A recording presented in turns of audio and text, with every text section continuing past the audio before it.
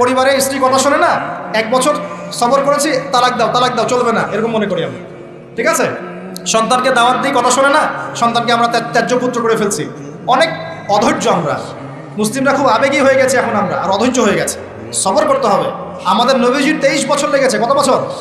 23 বছরে আল্লাহর নবীকে মানুষ হত্যার চেষ্টা করেছে 16 বার, গালি দিয়েছে 15টা।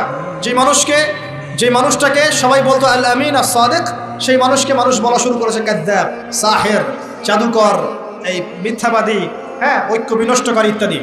তাকে দেশ থেকে বের করে দিয়েছে, তায়েববাসী রক্তাক্ত করেছে, কত নির্যাতন করেছে। উটের নাড়ি ভুড়ি চাপিয়ে দিয়েছে সেজদারত অবস্থায়, গলায় চাদর দিয়ে ফাঁস দিয়েছে আমাদের নবীকে। উহুদের মাঠে আঘাত করেছে মাথার মধ্যে। কই নবী সাল্লাল্লাহু আলাইহি ওয়াসাল্লাম তো অধৈর্য হন নাই, ছেড়ে দেন নাই, ময়দান ত্যাগ করেন নাই। আমরা তো অল্পতেই কেন অধৈর্য হয়ে যাই? হাজার হাজার মানুষ আসবে, চলে যাবে, কিন্তু দ্বীন ইসলাম থেকে যাবে ইনশাআল্লাহ। একসময় ভালো থাকবে, কখনো খারাপ থাকবে, কখনো বেগবান হবে, কখনো একটু মন্থর হবে, দিন এগিয়ে যাবে ইনশাআল্লাহ। একজন আসবে, হয়তো তাকে মেরে ফেলা হবে, আরেকজন আসবে ইনশাআল্লাহ। একজন আসবে, তাকে সরিয়ে দেওয়া হবে, আরেকজন আসবে ইনশাআল্লাহ। 100 আলেম আছেন, 100 আলেমের মৌত হবে, আরও 100 আলেম আসবে ইনশাআল্লাহ। দিন থেমে যাবে না, এগিয়ে যাবে। একটা পয়েন্ট দেখেন, নূহ আলাইহিস সালামের বাড়িতেও শান্তি ছিল না। কীরকম? কমপক্ষে আমাদের নবী সাল্লাল্লাহু আলাইহি ওয়াসাল্লামের জীবনে বাইরের মানুষ তাকে কষ্ট দিচ্ছে, ঘরের মধ্যে খাদিজা রাদিয়াল্লাহু আনহা আছে এবং তিনি তার মতাদর্শের মানুষ।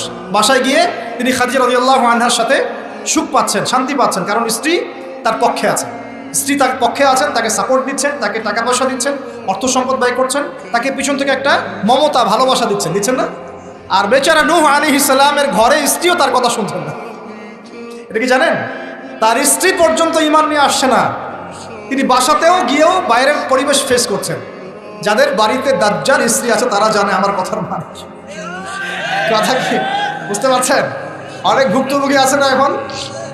বাহিরে আমরা অনেক প্রবলেম ফেস করি, বাসায় গিয়ে যদি দেখি একজন নেককার স্ত্রী, তার কোলে আপনি শুয়ে আছেন, সে আপনাকে আদর করছে, মহব্বত করছে, তার সাথে আপনি প্রবলেম শেয়ার করছেন, সে আপনাকে সাপোর্ট দিচ্ছে, আপনি কিন্তু ভিতর থেকে একটা ভালোবাসা ভালো লাগা ফিল করবেন।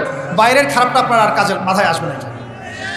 আর যদি দেখেন যে বাইরেও আপনি অনেক স্ট্রাগল করছেন, বাসায় গিয়ে যখন ঢুকলেন, ব্যাস ওখানে আর এক জাহান্নাম শুরু হয়ে গেল, আযাব, তখন কিন্তু আপনার আর মাথা কাজ করবে। তো এই অবস্থা যাদের আছে, আল্লাহ তাদের অবস্থা উন্নতি করুন, সমস্যা দূর করুন, দোয়া করি। যাদের এই হতভাগা যারা আছেন তারা জানেন যে এরকম সমস্যা হলে কীরকম কষ্ট হয়। তো নূহ আলাইহিস সালামের কিন্তু ঘরে এই সমস্যা ছিল। আমরা তো কয়েকদিন আগে দেখলাম না, বাংলাদেশের একজন মানুষ তার স্ত্রীকে নিয়ে একটা অভিযোগ করলেন। এখন আমি অনেকদিন আগেই বলেছি, শেষ জামানায় কিন্তু ফ্যামিনিস্ট রেভলিউশন বাড়বে। কি বাড়বে? ফ্যামিনিস্ট রেভলিউশন মানে নারীকে আপনি আর ঘরে রাখতে পারবেন না, ও বাঁধন ছিন্ন করে বেরিয়ে চলে যাবে, ও সম অধিকার, নারী অধিকার, বিভিন্ন স্লোগান দিয়ে কোনো ক্ষেত্রে দেখবেন পুরুষের উপরে এসে টেক্কা দেওয়ার চেষ্টা করবে। কোনো ক্ষেত্রে নারী নির্যাতনের জায়গায় পুরুষ নির্যাতন করা শুরু হবে দেখবেন। এগুলো কিন্তু দিন দিন বাড়ছে, ডিভোর্স বাড়ছে। ম্যাক্সিমাম ফ্যামিলিগুলো এখন অলমোস্ট, অনেক ফ্যামিলি, ম্যাক্সিমাম তো বলতে পারবো না, অনেক ফ্যামিলির মধ্যেই এই সমস্যাগুলো দেখা যাচ্ছে। এখানে স্ত্রীর ভূমিকাও যেমন থাকতে হবে, স্বামীর ভূমিকাও থাকতে হবে। আমরা স্ত্রীদের প্রতি কোমল হব, এটাও ঠিক আছে। একই সাথে স্ত্রীকেও রিকোয়েস্ট করতে হবে যে আপনাকে আপনার স্বামীর সম্মান বুঝতে হবে। একটা সংসার টিকে থাকে শুধু ভালোবাসার ভিত্তিতে না, একটা সংসার টিকে থাকে বিশ্বাসের ভিত্তিতে। কিসের ভিত্তিতে? সংসারে বিশ্বাস থাকতে হবে, আমানতদারিতা থাকতে হবে, পরস্পর সম্মানবোধ থাকবে, শ্রদ্ধাবোধ থাকবে, একে অপরের প্রবলেম শেয়ার করতে হবে। এটা জরুরি না যে আপনাকে বুঝতে হবে আপনার স্বামীর সমস্যা, আপনি তার সমস্যা বুঝবেন না, এরকম স্বার্থপর চিন্তা করলে তো হবে না। সবসময় আপনাকেও তাকে বুঝতে হবে, সেও আপনাকে বুঝবে।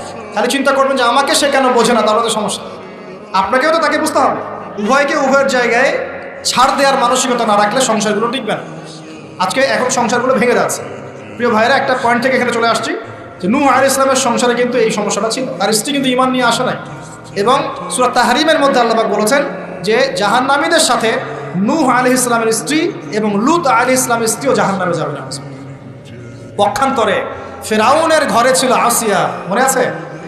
এরকম ফেরাউনের মতো স্বামী যে ঘরে আছে, সে ঘরেও কিন্তু নারী জান্নাতি হতে পারে, যার দৃষ্টান্ত হচ্ছে আসিয়া। অতএব স্বামী খারাপ হলে আপনাকে খারাপ হয়ে যেতে হবে এটাও না।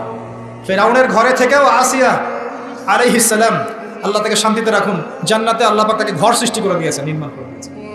নবী সাল্লাল্লাহু আলাইহি ওয়াসাল্লাম তার ঘরের ঘ্রাণ পেয়েছিলেন মেরাজের রাতে, মনে আছে? তো পরিবেশ পরিস্থিতি যেমনই হোক না কেন পরিবারে ইসলাম ধরে রাখতে হবে। আল্লাহ পাক সবাইকে তৌফিক ইনায়াত করুন। আর এই নবীর সবরটা দেখেন, নূহ আলাইহিস সালামের সবর দেখেন, লূত আলাইহিস সালামের সবর দেখেন, ঈসা ইবনে মারইয়ামের সবর দেখেন, মূসা আলাইহিস সালামের সবর দেখেন, আমাদের নবীর সবর দেখেন, তার সাহাবীদের সবর দেখেন। এই প্রত্যেক যুগে যুগে এই সিলসিলা চলে আসছে। হকের দাওয়াত যারাই দিয়েছে তাদেরকে সবর করতে হয়েছে। আল্লাহ পাক আমাদের সবাইকে হকের দাওয়াত দেওয়ার সাথে সাথে ধৈর্য ধরার তৌফিক দান করুন। একদিনে দিন প্রতিষ্ঠা হবে না, লেগে থাকতে হবে ধীরে ধীরে ইনশাআল্লাহ তাআলা, আস্তে আস্তে আস্তে আস্তে এই দিন আল্লাহর জমিনের প্রত্যেক কাঁচা এবং পাকা বাড়িতে পৌঁছে যাবে ইনশাআল্লাহ তাআলা। আল্লাহ পাক আমাদের সবাইকে দিনের সেই বিজয়ের দিন দেখে যাওয়ার তৌফিক ইনায়াত করুন। সকলে বলি আমিন।